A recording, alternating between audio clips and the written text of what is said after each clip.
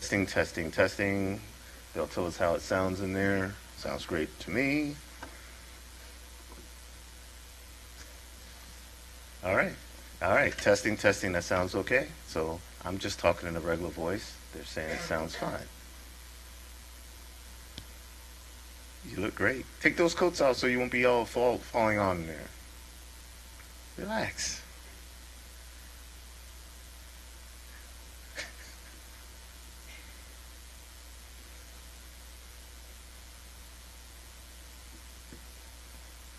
We're probably hot. Are we hot yet? All right.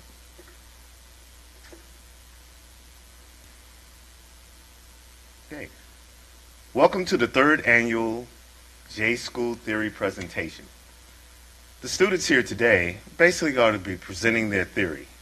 I know you're used to, in a research setting, to hear a whole study. They've only been tasked to do their theory at this point. They're taking a methodology class. They can use the theory in the methodology class, so we're excited about that. So any questions you may have about that, you'll send them to me around a week from now. I'll have all your questions answered for you on the 10th. Their final work is not due until the 10th. So let's keep that in mind, and keep in mind it's their theory. And again, they've been tasked only to tell us how their theory is going to help them in their research stream. We look forward to doing it. Welcome to the J School. And the best wishes to Dean Ambrill, who cannot be here today, but she is with us online. First person up is Mr. Barker.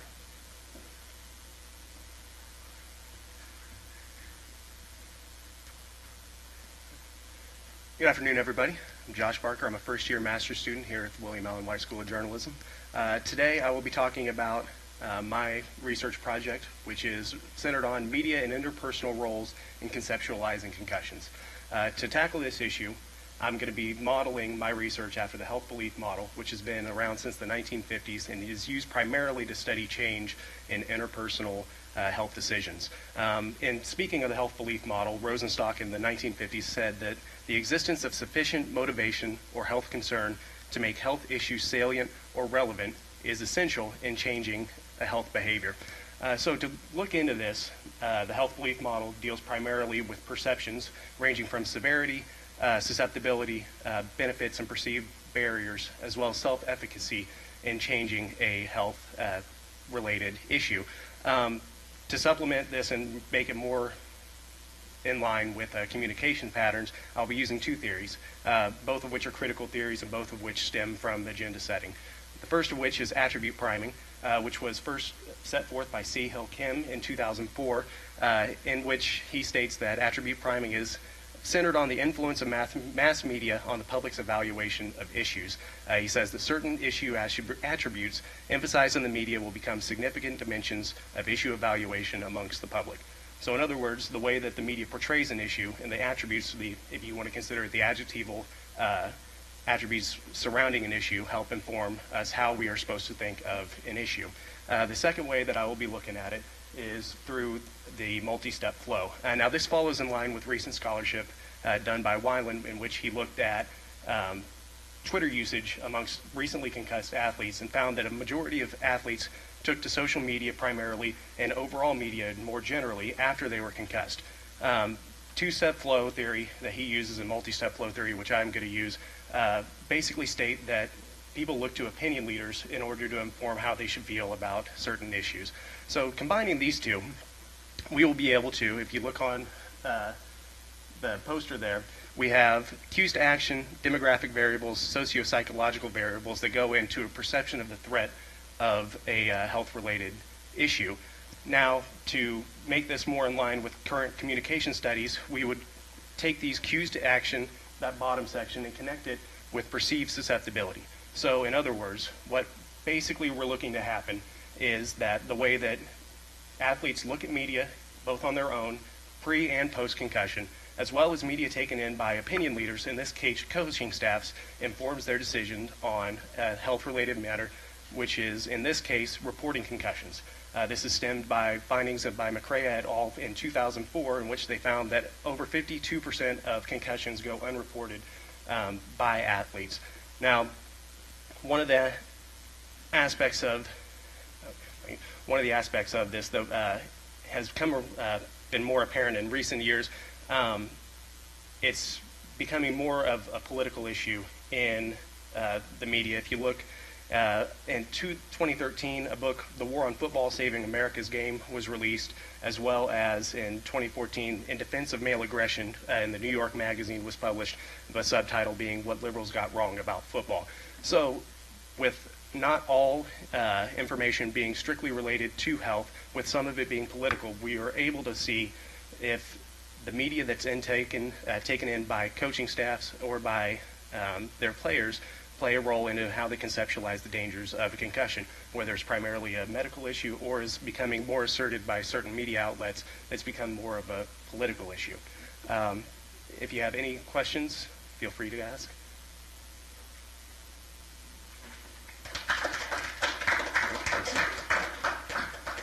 Thank you, Mr. Barker. As you could tell, his research is really going to be important. Unfortunately, we don't know the answer to this, but there was a young man at Ohio State that may have suffered a concussion and had some injuries that will deal with this research here. So it's very timely that we're doing this, and I look forward to in years to come this research stream going forward.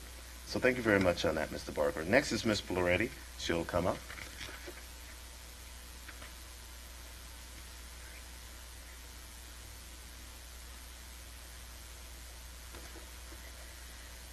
All right. Well, hello, everyone. My name is Roseanne, and I'll be talking about cultivating gender, so cultivation theory and gender. So for a brief moment, I would like everyone to think about how they learned about their gender, what it is to be a man, what it is to be a woman. Well, that's what my research examines. I want to investigate how adolescent girls learn about their gender and how media may play a role in this, in particular television. So I think that television plays a role in how adolescent girls learn about their gender. Therefore, I propose 2 research questions. First, what content and images of adolescent girls are predominant in teenage popular television series? And secondly, how do these images and content affect their gender identity? So I believe that cultivation theory would be a great theoretical framework to utilize as I try to attempt to answer these questions. So as many of you know, cultivation theory believes that TV has become the primary storyteller in our society. According to Gerbner and Gross, television provides a universal curriculum about our reality. The theory posits that for heavy viewers, the mediated reality shapes our views and our assumptions about our actual social reality. The cultivation of the mediated reality takes place in 2 ways, through mainstreaming and resonance. Barron and Davis explain that mainstreaming takes place when television's information and images dominate over other information and images that we have learned from other sites of information. So basically, heavy viewers of television will start to perceive our social reality like the mediated TV reality. According to Gerbner, this happens because television provides constant bombarding of images and messages, all the same, building towards the same TV-mediated reality despite the genre, and it's easily accessible by all. So that's how television's images and messages mainstream over other sources of information. Resonance, on the other hand, is when viewers see things that reflect the reality. It reflects something and resonates within their life. Therefore, it's like a second dose of cultivation. Overall, cultivation looks at macro-level effects, societal level effects.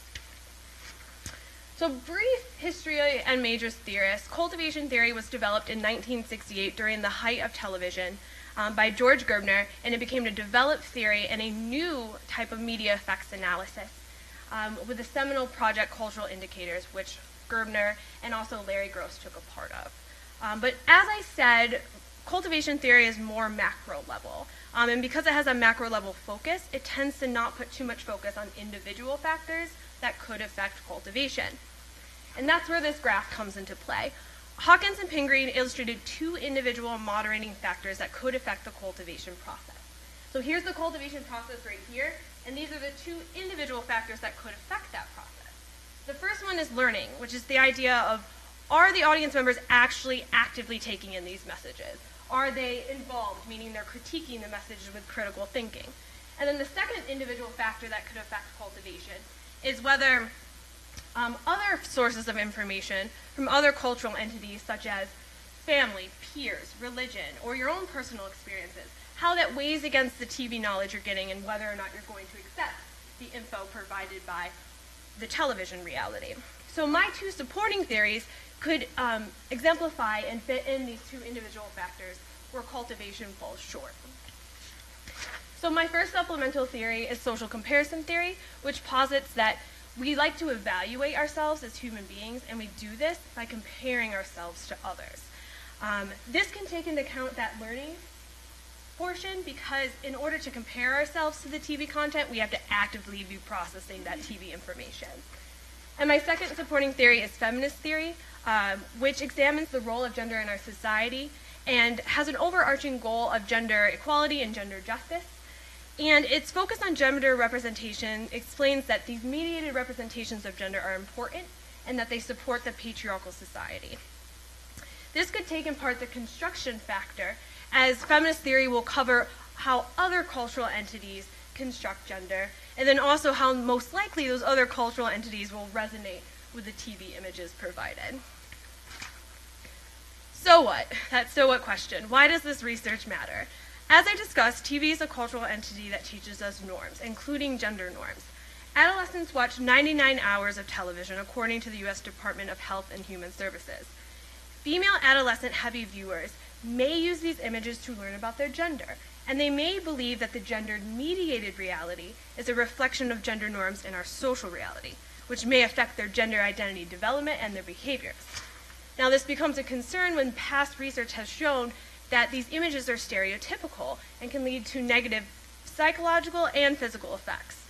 Therefore, it is important to study the current gender representations in the teenage television series and how it may affect adolescent girls' perceptions of their gender identity. If you have any questions, thank you. Thank you very much. And gender identity is something that's very important that's going on, and how women perceive themselves and how men actually perceive women and their own role in society. So thank you for that, and again, we're looking forward to that. Coming up next, Ms. K-Spire would come up, and we're talking about some things. Now, our class, again, is made up of master's students and doctoral students. So they'll tell you their classifications as they come up. Ms. K-Spire.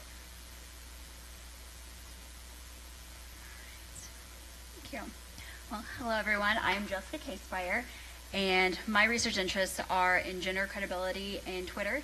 Specifically, my research question is, do gender differences exist in the perceived credibility of science-related tweets?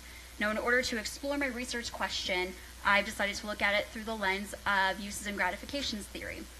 Essentially, uses and gratifications theory is really just saying that audiences actively consume media with a purpose in order to achieve their goals.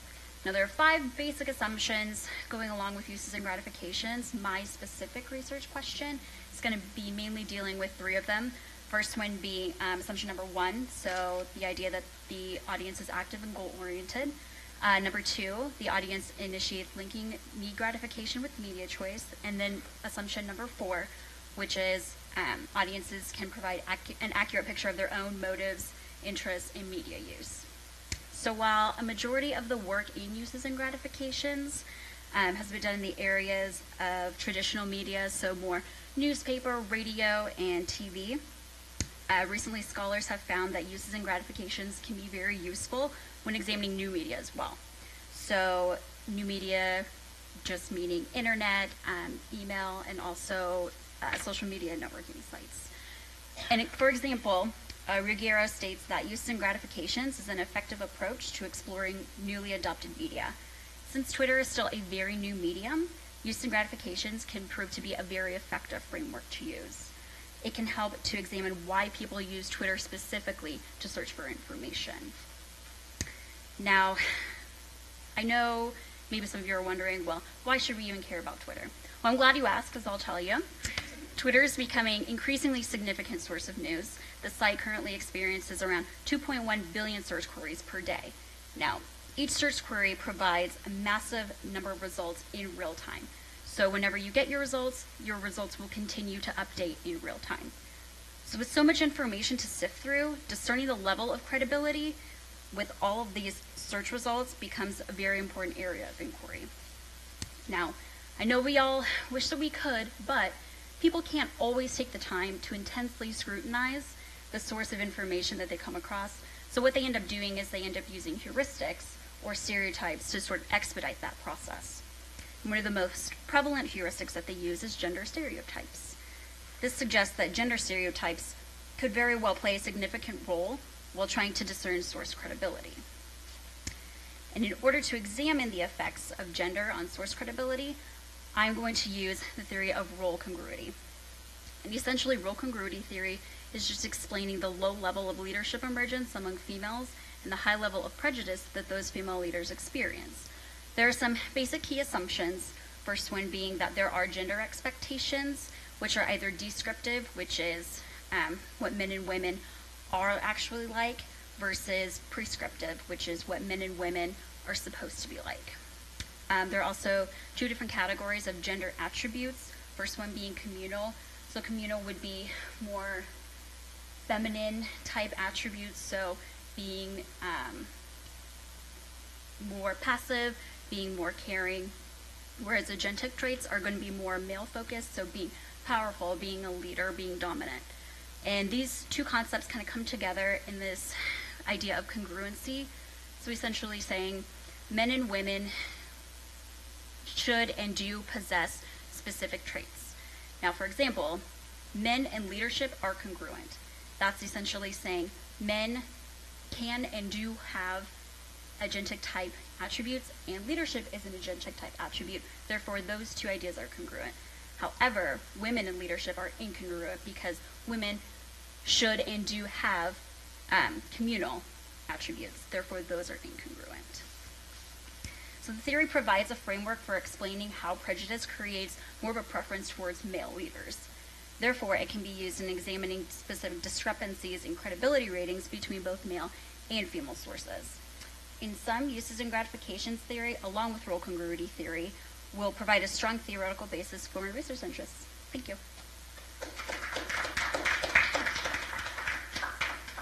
Again, thank you for that. And I'm impressed with a lot of the diversity that we have as far as our research, and these are things that definitely are needed.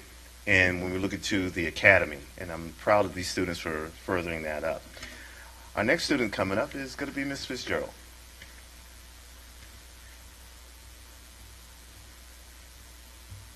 My name is Devaney Fitzgerald, and I'm a second-year grad student here at the School of Journalism.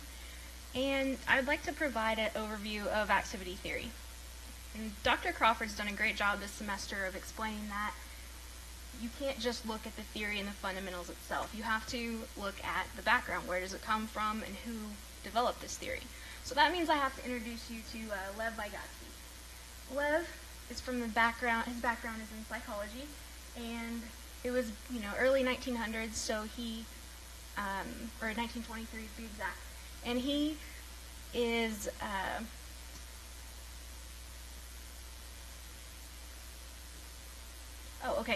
Which is after Freud. So if you had Freud and Vygotsky in the same room together, Vygotsky would disagree pretty strongly with Freud. He would say, so Freud's from psychoanalysis, and he would say, I'm not a fan of all this like subjectivity, right? So you're all about hidden desires and things like that. And I don't like that. So he decided to come up with an idea that I can learn everything I need to know about someone's mind by objectively observing their behavior. And Freud didn't say anything to that because he was dead, but if he if he was alive, he would say there would be that big difference right there is just the subjectivity, objectivity. So keep that in mind as we're going through this.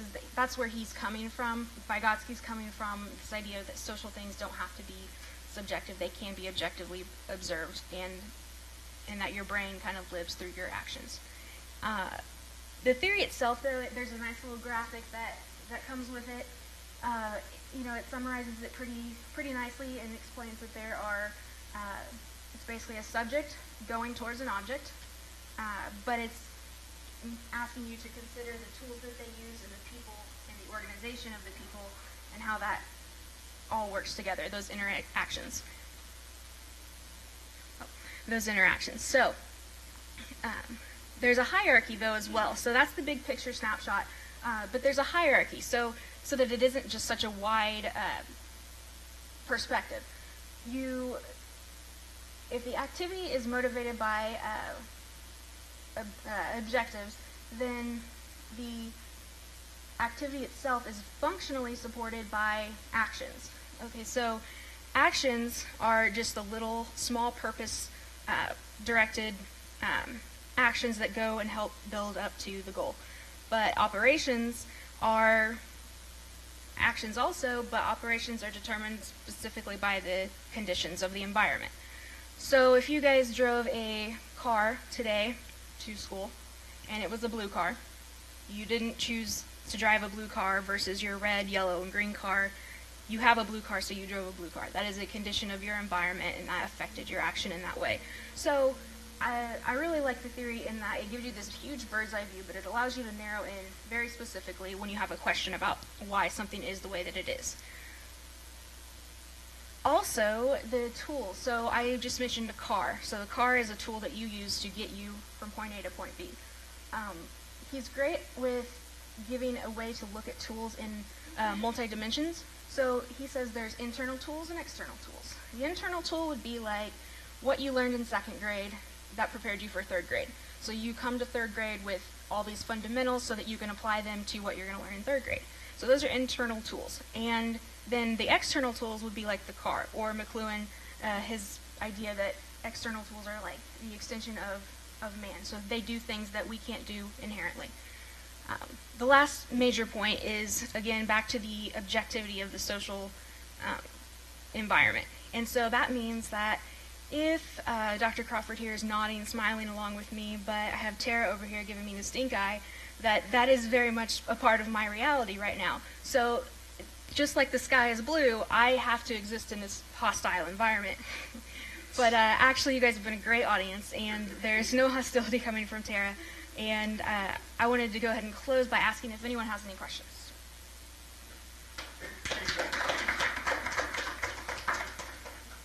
Thank you very much. I think you wanted to tip the waitress after your monologue there, but thank you very much.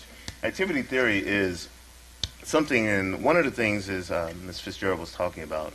I really wanted to find out how we can move this into journalism or mass communication type of theory. And I think in the years to come, you'll see that she'll be able to do that.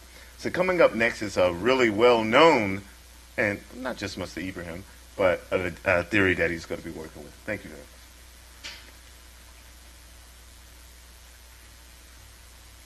Hi.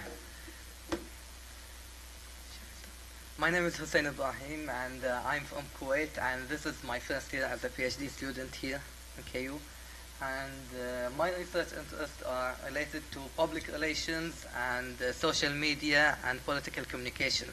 So that was the first reason that I came up with this research topic, which is the usage of social media used by public relations practitioners in the GCC public universities to resist the Arab Spring change.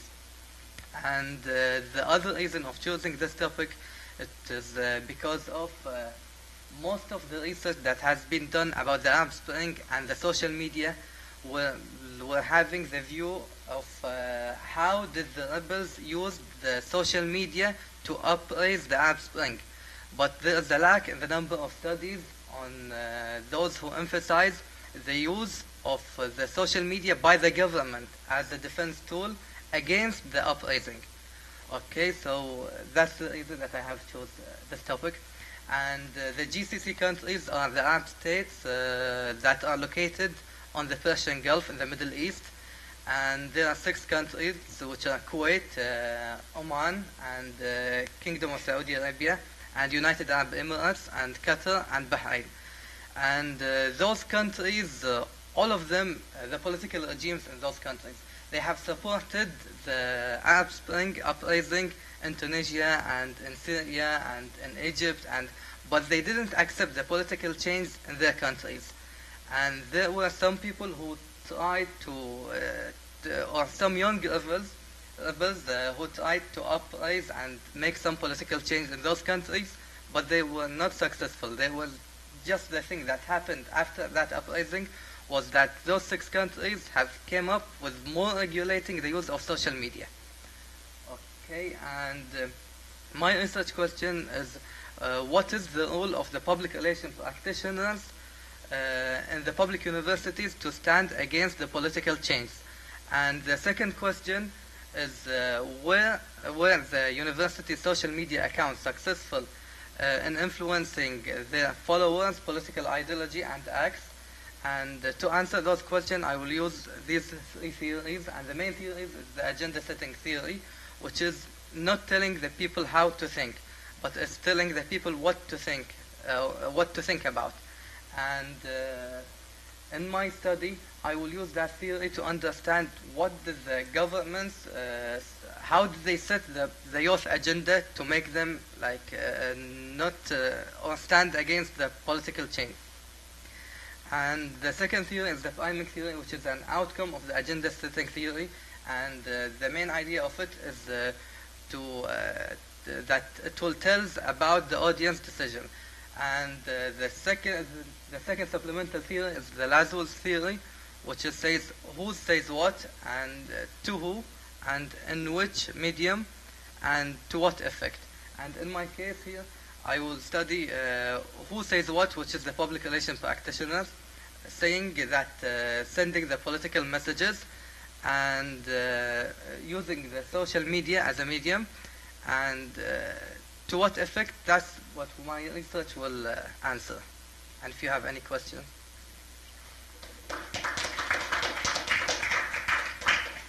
Thank you, Mr. Ibrahim. As PR practitioners, and especially those at schools and universities, are finding out that they cannot just put out one piece of work or message and think that's going to be it. So how are they going to relate, and how they're going to talk about things that are political, that things like schools and universities do not want to talk about? They're going to have to engage in it in this world. So I'm very happy to see this research going on.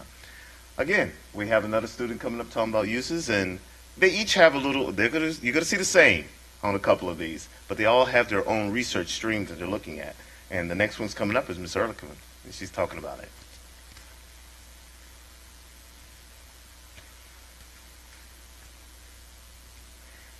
Hello, my name is Sarah Ehrlichman, and I am a first-year master's student. I'm here today to discuss with you the uses and gratifications of parasocial interaction. Parasocial interaction describes the illusionary or non-reciprocal interaction between the audience member and media personalities. Building from the foundation of prior parasocial interaction research, I propose the following research question. Does the internet generate a stronger parasocial interaction than television? I believe the results will conclude that parasocial interaction does hold a stronger relationship with the internet versus television. Because the internet is an interactive medium, it gives the audience complete control to pursue an array of relationships as he or she pleases. This study will use the theoretical framework of uses and gratifications theory. This theory is a positivistic in its approach based on the socio-psychological communication tradition and focuses on communication at the mass media scale. Uses and gratification is an audience-centered approach to understanding mass communication theory, focusing on what do people do with media.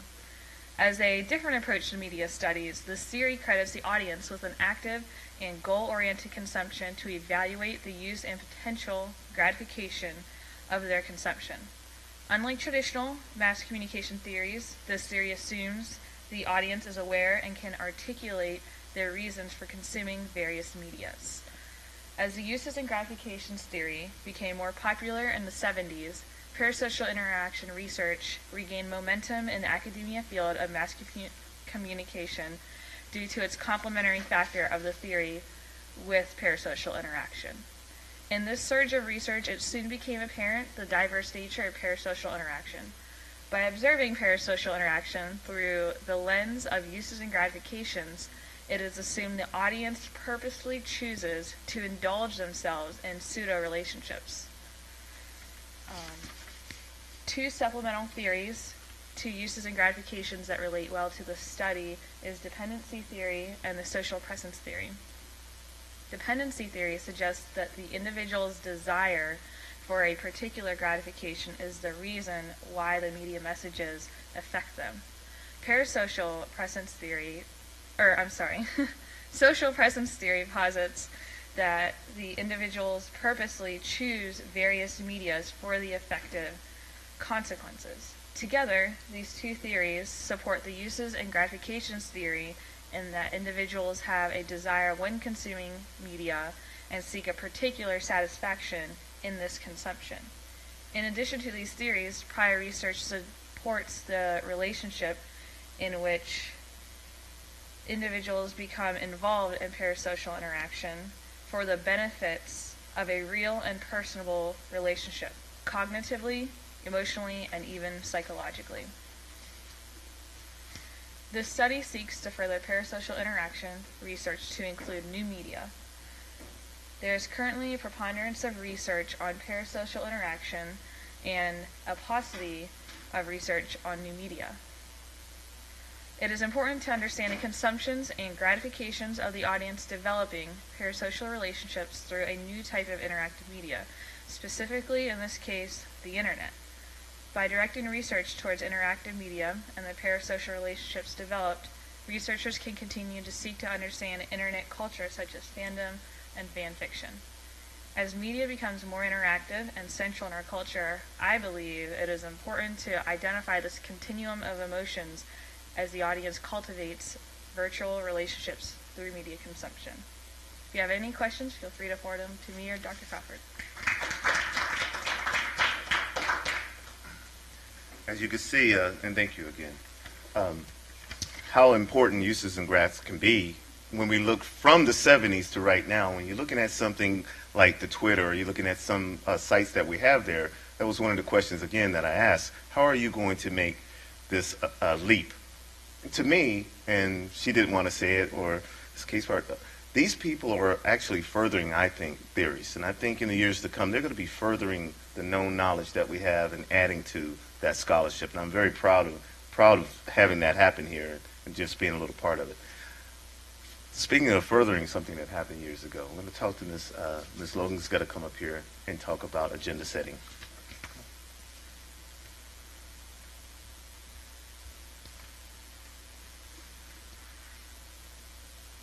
Hello, my name is Tara Logan, and my theory is agenda setting, which posits that the agenda influences what the general public think about or thinks is important, but they don't necessarily say what to think. So recently, there's been a lot of coverage coming out of Ferguson and the situation there, and it has put in our minds to think about not only Ferguson, but the importance of race relations. However, the media has not said you need to be on the side of the police or you need to be on the side of the victim. They've just said, here's what's going on. It's important. It's an important issue. Agenda setting is a social scientific theory founded by Maxwell McCombs and Donald Shaw in 1972. The two theorists overall looked at the elections of 1968, 1972, and 1976, and they found that the media had influenced what issues the voters found important during all three elections. There are two assumptions to agenda setting. The first is that the media does not actually show reality. Instead, it filters and shapes it. And the second assumption is that media concentration on a few issues and subjects influences the public to perceive those as the most important. I chose two supplemental theories to agenda setting. The first is the two-step flow theory, and the second is priming. The two-step flow theory says that media moves in two distinct stages. First, opinion leaders receive the information, and then they pass it on with their own interpretation.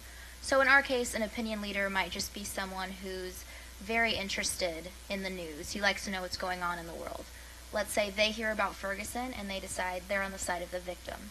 So they share the story about Ferguson with their colleague, slanted toward the victim, and that's the way that their colleague will hear that information. The second theory I chose to supplement agenda setting was priming, which says that the media primes audiences to receive information by providing prior context, which audiences then use to interpret subsequent communication. So if I'm watching the news and there's a story about someone who's a liar, a cheater, or even a burglar, and that person has certain traits or attributes, the next time I see those traits or attributes, I'm going to say, oh, that's a liar, that's a cheater, that's whatever I've been primed to believe. That's priming.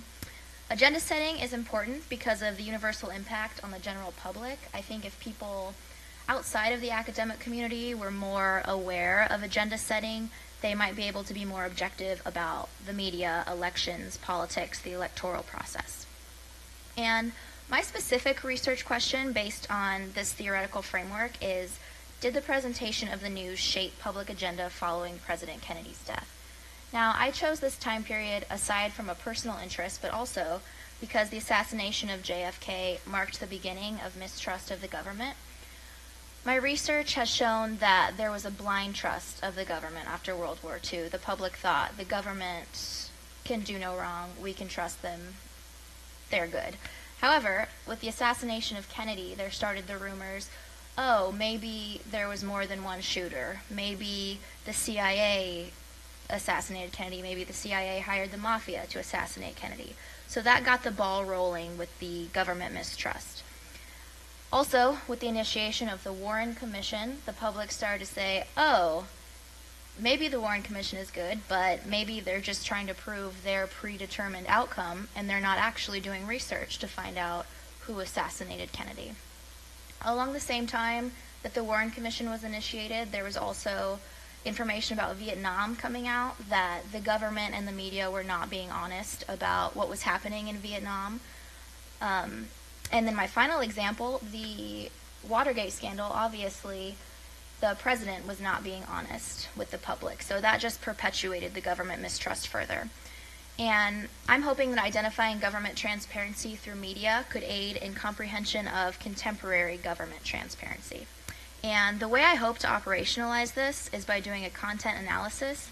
I want to look at speeches done by President Johnson and compare them to the covers of newspaper articles. My research is still in its infancy, so I don't know what kind of time period I'm going to be looking at, but that's what I hope to do. I got the idea for that method from a research I looked into about FDR and his effect on setting the agenda after his States of the Union, so I'm hoping to replicate their methodology for my research. And if anyone has any questions, please let me know.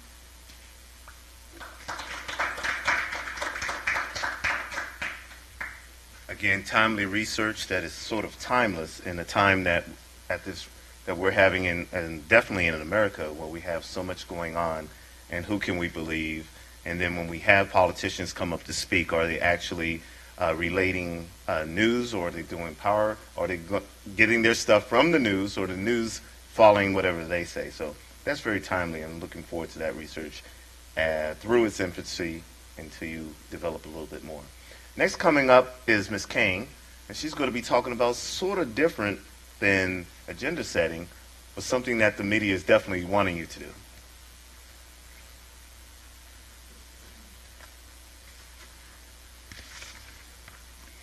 Hello, my name is Hannah King. I'm the doctoral student in journalism and mass communication.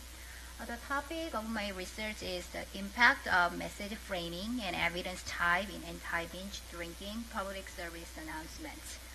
As you know that the kind of binge drinking is one of the most serious problem among college students.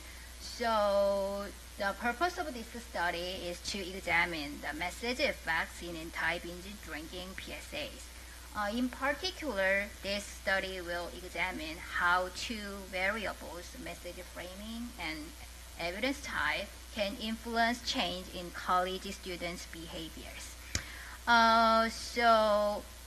In terms of the theoretical framework, I chose two primary theories: message framing theory, that is a prospect theory, and the exemplification theory. The first, the message framing theory. According to the message framing theory, there are two types of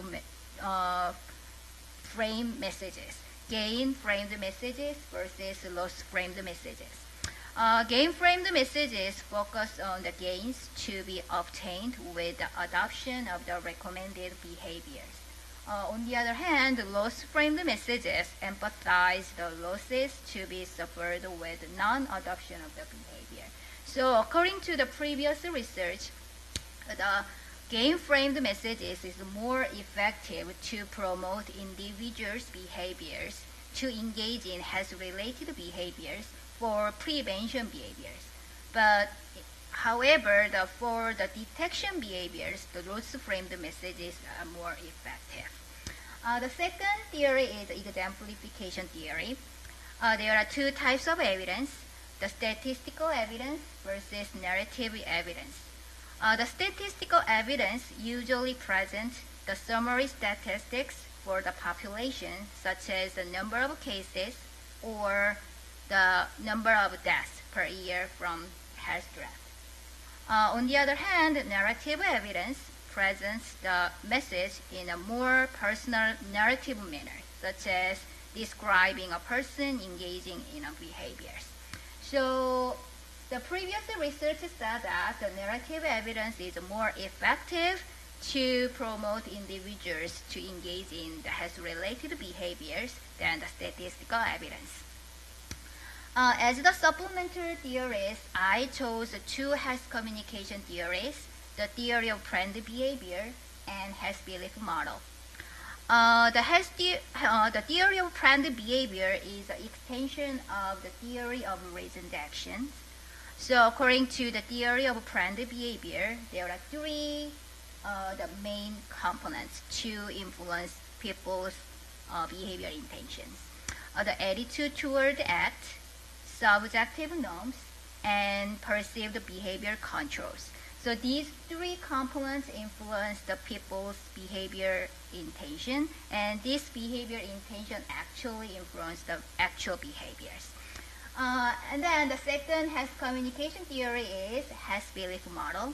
Health belief model has the kind of main components: perceived susceptibility, perceived civility, perceived the benefits, and perceived the barriers and the self-efficacy.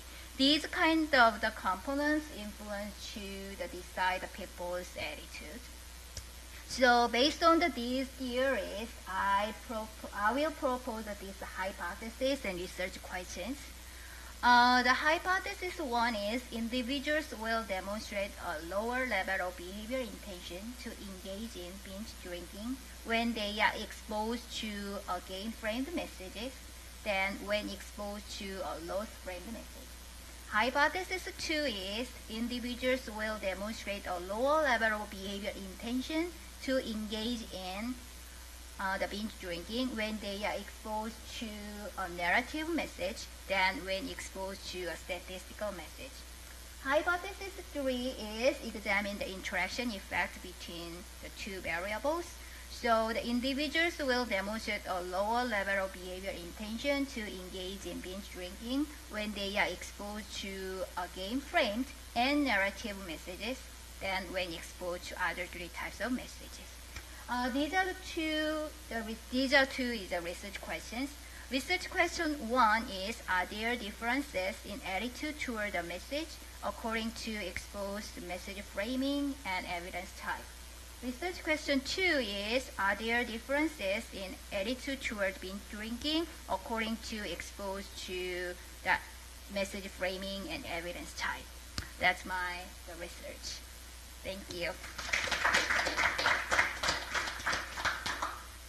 Thank you, Ms. Kane. What she did not mention is that she's already had research that's already been published on this, and I believe that she's one of the leaders and is going to be leading with other colleagues of ours that are going to be doing some more on this. Binge drinking is definitely something that should be looked at, and I think that this research can also be looked at other things, but the gain and messages is really a good way to look at these things here. Next coming up, Ms. Lu will be talking to us about social cognitive theory.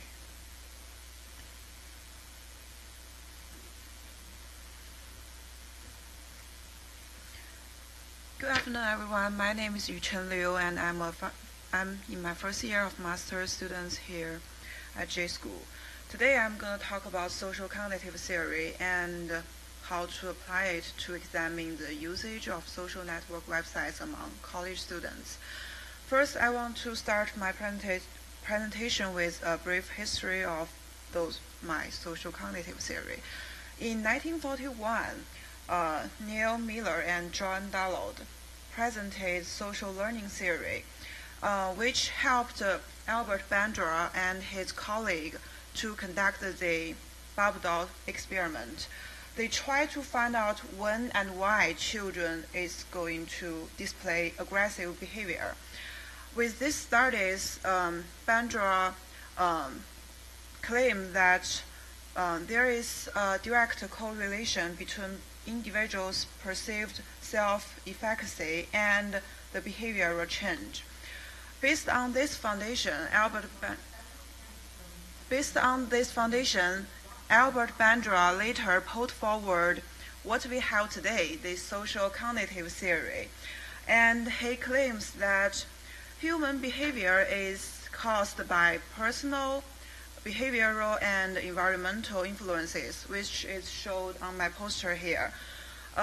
Personal is whether the individual has high or low self-efficacy towards this behavior, and the environmental factor is the environment and setting that will influence the individual's ability to successfully complete the behavior. And the triangle here shows how the reproduction of an observed behavior can be influenced by the behavior and personal and environmental factor, the interaction of these three factors here. And as we discussed at the beginning of my presentation, since social cognitive theory is proposed and refined by several well-trained researchers, so it can be situated as one of those social scientific theory. Based on this theory, my specific research question is what makes college students use social network websites? I mean, why are they using it? Two hypotheses are put forward as well. The first one is internet self-efficacy will be directly related to college students' usage of social network websites. And the second one is internet self-efficacy will be directly related to college students' internet habit strengths. Here comes a very important question. Why this theory is important, why I'm going to use it as my primary theory. As we all know that most of the researchers concerning internet usage is going to use uses and gratifications as their primary theory. Indeed, they can explain most of the expected positive outcome of internet exposure. However, those studies tend to repeat a pattern that has weak prediction of media exposure because they kind of ignore some important incentive categories, like here, the self-efficacy or self-regulation, which can have a huge influence on individuals' behavior. Which happens to be answered by social cognitive theory. So that's why this is important to my research. But this is not to say that I'm going to abandon our favorite uses and gratification theory. I'm going to use it as my supplementary theory to, it can be understood in a social cognitive way, the UNG theory. To help me complete my research, and I also have another supplementary theory, which is social capital theory. Social capital can be used to examine if usage of social network websites among college students is related to attitudes and behavior that enhance individuals' social capital. So that's it. Thanks for listening, and if you have more questions, feel free to ask. That is not it, because I think you have some really good work going on here. And again, the students were tasked with just theoretical work. So when you hear them talking about their supplemental theories, these are the things that's helping them out. But it's great that they're able to tie these all things together.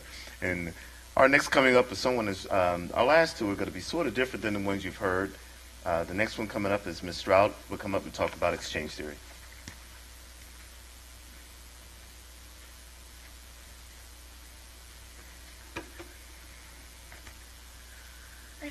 is Caitlin Stroud. I'm a first-year master's student here at KU.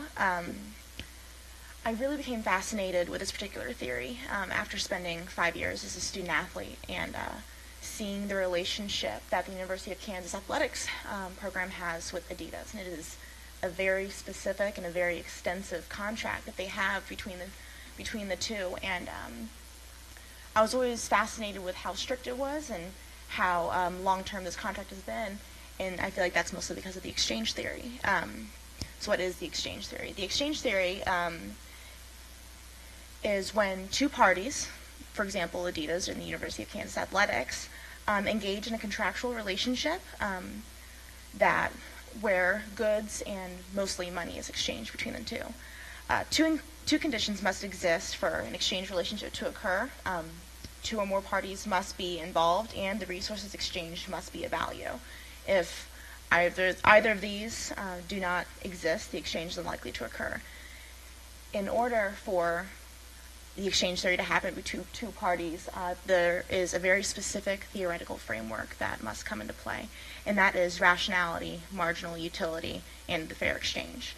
Rationality is mostly a stimulus-response relationship where positive behavior is awarded and it's also expected over a long period of time. The relationship ceases when the deal becomes undesirable to either party, and with the rationality theoretical framework, brand awareness and fan engagement and just overall brand image is really where this comes into play. The second theoretical framework is marginal utility, and that's just the basic idea where initial rewards are highly valued. The relationships between the access to rewards and the value assigned to them is expected. It's not only expected, but it's expected to increase over time. So a great example here would be with men's basketball. So if Adidas buys brand new jerseys for the men's basketball team, they expect to see those jerseys on television, and they expect to see the men's basketball team last over a long season and go into March Madness and win these national championships, so that way their jersey and the Adidas logo is seen over an extended period of time. However, if men's basketball was for some reason stop being eligible for the NCAA tournament, I know that's extremely hard to imagine, I doubt Adidas would invest as much money as they probably do in the University of Kansas. The final theoretical framework is fair exchange, where it's essentially just a basic return of investment is expected. When you invest a certain dollar amount into a company or into an athlete or into a franchise, you expect at the very least an equal value return to you. If either party feels cheated during a contractual obligation like this, the relationship ceases to exist and companies drop athletes or athletes move on. And so a great example of this would be, this is a little bit outdated, but Tiger Woods, when he had a scandal involving his personal life, I believe 75% of his sponsors dropped out because they felt like they weren't getting back the amount of money that they were putting into that particular athlete. So how am I going to apply this to my research question? Well, my research question is just the idea where what professional sports league do the best idea of developing brand awareness and loyalty to official sponsors?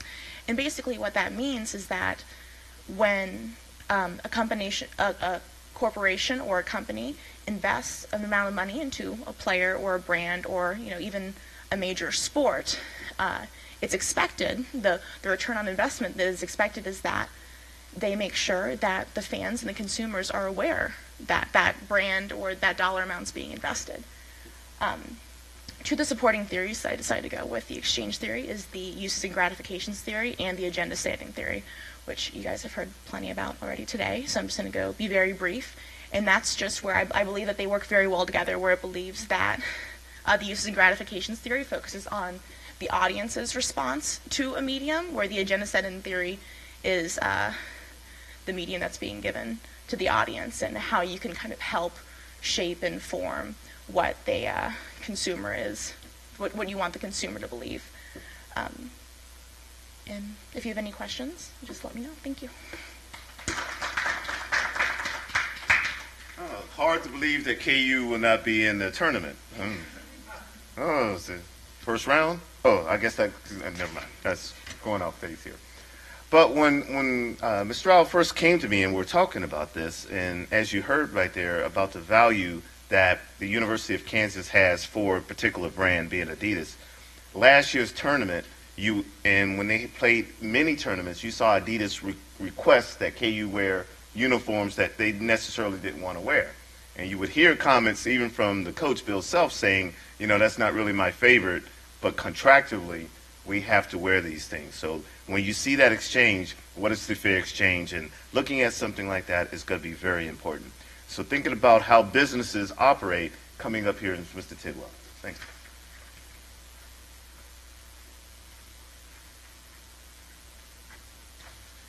Thank you, and good afternoon, everybody. I'm going to take the first 20 seconds or so of my precious time to thank Dr. Crawford. This is really an excellent platform, I think, for all of us to talk about our research and really gives us a chance to maybe articulate some things that have been running through our heads for quite a while. So with that being said, I'm Matt Tidwell. I'm a first-year doctoral student here at the William Allen White School of Journalism, University of Kansas. And today I'm going to talk with you a little bit about what I call organizational transparency, which really simply means, first a bit of background. I spent about 20 years in corporate communications, public relations. I was fortunate enough to run a couple of corporate communications departments. And during that time, myself, my staff, my team, we were always struggling with how should we advise our organization, how should we work with our organization on transparency? What information do we as an organization disclose to our customers, to our shareholders, to our employees, et cetera? This is something that we constantly grapple with in that particular business. So my research stream will focus on organizational transparency, but really it's going to look at what I'm calling a new definition of transparency in the age of the connected stakeholder, right? So what's different now than 10, 15 years ago when I first started in public relations is that our consumers are much more empowered. They're much more powerful than they ever used to be. And of course we know that corporations are constantly under scrutiny. That's our General Motors CEO that's obviously in front of a lot of panels these days explaining her company's problems. This is a young lady by the name of Molly Catchpole. You may not know her name, but you probably know her story. She was a 22-year-old nanny in New York City. She became aware that Bank of America was going to start charging anybody with one of their debit cards $5 a month, just for the privilege of using their debit card. Decided this rather arbitrarily, announced it on a Tuesday. Molly very quickly gathered some support in her social network, and actually over the course of 48 hours had garnered 100,000 online petition signatures, and later within a week was up to I think it was between 200,000 and 300,000 signatures asking Bank of America to in fact rescind that policy. They did that a few days later, which again I think speaks to this power of the consumer in this age that maybe we didn't see a number of years ago. So I think that's important for us because it really needs to cause us to try to get a better understanding of what should be transparency in this type of age. So I'll talk quickly about my research questions and then the theories. The first research question is very simple. It's just in this area of social connection and social power, what criteria should be examined when attempting to determine the degree to which an organization or company is committed to transparency in its activities. You'll hear organizations all the time say, oh, we want to be transparent, but what does that really mean and how committed are they to it? So I really want to examine that in the first research question. And then the second one is simply what style of communications and PR enactment is best to operationalize a strategy of transparency, because organizations display their transparency through their communications efforts. That's how it's embodied, that's how it's enacted. So we need to get an understanding of what makes that, or what is the best way to do that. So let me, just as I was looking at research on this, what I found about transparency is that the definitions are really very elusive. If you do a quick search on transparency, you'll see a lot of mentions in, like, for instance, financial publications, because a lot of people consider, well, if we're disclosing our financial annual report, we've checked off the box, we're now transparent. I'm not sure Molly would agree with that, by the way. So this is what, for instance, Bakar and Madsen talk about in terms of static transparency. It's just doing what's required, just the bare minimum. We've got our annual report, maybe we put out our environmental performance because we're required to do that, that's it. But we also, these authors talk about there's something a little bit deeper, dynamic transparency, meaning using creative means, could be technology, to interact at a deeper level with stakeholders and really enhance transparency. And you see companies, particularly newer social age companies, doing that all the time. Actually, some bigger companies, Southwest Airlines would be a good example, but companies like Airbnb, Warby Parker, Zappos, these are real socially connected companies. They get this concept of dynamic transparency. So for me, really, the question is, getting back, what's optimal? What's optimal in today's environment for an organization that wants to be transparent? So that being said, where are we at from a theory perspective? The first theory I'll be looking at is what's called two-way symmetrical communications. This was first posited by Dr. James Gruning at University of Maryland a number of years ago. And really what that says is the two-way is pretty evident, right? Communications needs to be two-way. If it's only one way, that's never going to get us to optimum relationships. So Gruning would tell you that communications not only needs to be two-way, it also needs to be very symmetrical, meaning in the middle of that two-way communication is a common ground that we need to be seeking. So that's the symmetrical part. If we're off too far on one way or the other, it's not going to be truly symmetrical communications. So that's an important concept because I think that's going to get me closer to what transparency would look like in an optimal world. The other researcher that I'll be looking to is Dr. Terry Flynn at McMaster in Canada and also at Syracuse University. Actually, Dr. Flynn was a mentor and instructor of mine when I was at Syracuse. And he posits what he calls the balance zone. So the balance zone of communications really says that, organizations are changing all the time, and they may in fact be in different levels of engagement with their stakeholders based on what's going on. So he says you can't really look at them in a vacuum and say, oh, everything can be two-way, because they're going to have stresses on them that may cause them to move off in one direction or the other, and could be even for the right reasons.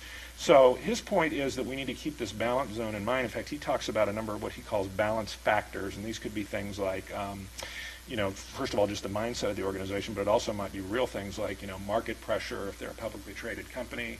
It could be regulatory pressure if they're highly regulated by regulatory agencies. So Flynn would tell you that you need to keep these balance factors in mind when you're examining how an organization communicates. So I want to do a lot more helpfully with Dr. Flynn's work. There are certainly some supporting theories. These are all social scientific. Agency theory, which is just simply that we have a principal and we have an agent, and there's the natural conflict between those that agency theory talks about. Game theory is very interesting. That's actually, much like Grunig, games theory talks about the two ends of the spectrum, but then what they call a mixed motive zone, which is that zone in the middle where we can hopefully achieve some collaboration. So game theory, I think, will be interesting. And then to a lesser degree, both chaos theory and complexity theory. So these would be supporting theories for the two primaries. And finally, a bit about my research stream. I think certainly I need to do more work around that current definition of transparency. How do organizations view it before we can look to the future? How do we enact transparency then in our roles as communicators? I think that's extremely important, particularly as I mentioned, given the social era and the empowered consumer. The practical landscape, very similar to that. How are we working within PR communications department at corporations to practically put some of these concepts into place? And then finally, kind of getting to my second research question, what's the new criteria that we need to look at in the coming age? My hypothesis finally is that in the social era, as a company does a better job with dynamic transparency as a strategy, not just as a concept, its stakeholder relationships will improve. And in PR, as we all know, it's really about improving those stakeholder relationships. So with that, that's where I am currently in my research, and I appreciate the time today.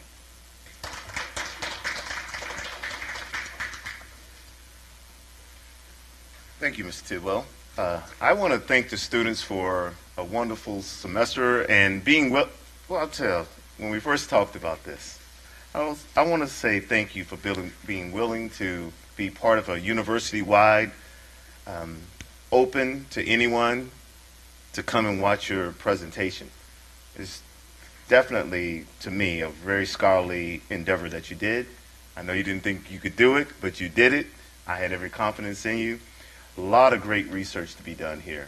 I think these scholars have really entered the academic field with strong feet, with strong legs, with strong heart and mind.